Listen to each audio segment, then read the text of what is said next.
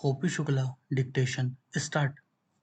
सभापति महोदय, आपके माध्यम से मैं राजभाषा समिति से प्रार्थना करूंगा कि वह अपनी अंतरिम रिपोर्ट सरकार को दे दे ताकि इस संबंध में जो ढील है वह दूर हो।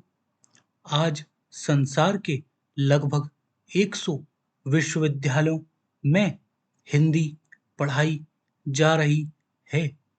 दूसरी तरफ हमारे देश में हिंदी या क्षेत्रीय भाषा नहीं पढ़ाई जाती है। भारत सरकार की नीति के अनुसार भारतीय भाषा शिक्षा का माध्यम होनी चाहिए, लेकिन कहीं भी भारतीय भाषा शिक्षा का माध्यम नहीं हो पाई है। हमें इस बात का प्रयत्न करना चाहिए कि वह शिक्षा का माध्यम बने।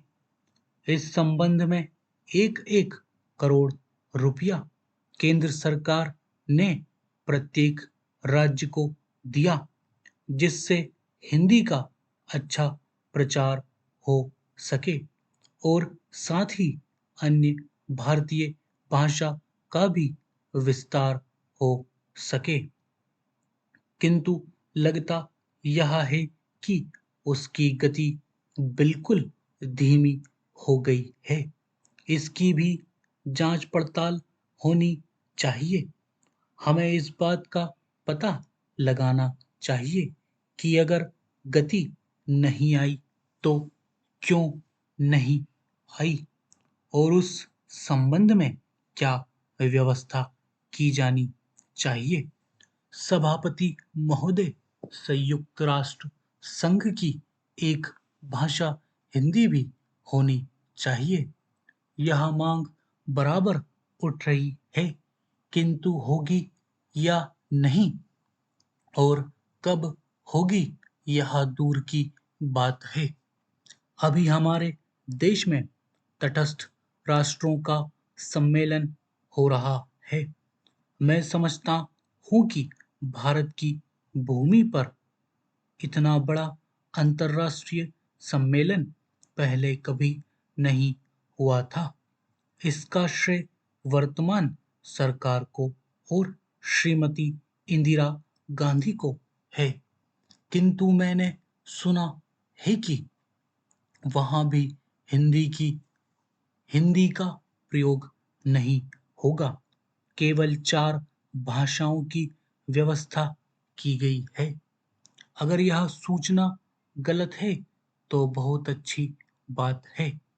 हिंदी की व्यवस्था अवश्य होनी चाहिए। अगर ऐसी व्यवस्था नहीं हुई तो जो जनप्रतिनिधि बाहर से आ रहे हैं वे क्या सोचेंगे। जिस देश की अपनी भाषा नहीं होगी उसकी क्या उन्नति हो सकती है। इसमें भारत के ही नहीं बल्कि बाहर के भी प्रतिनिधि आ रहे हैं। उनमें से बहुत से हिंदी जानते हैं।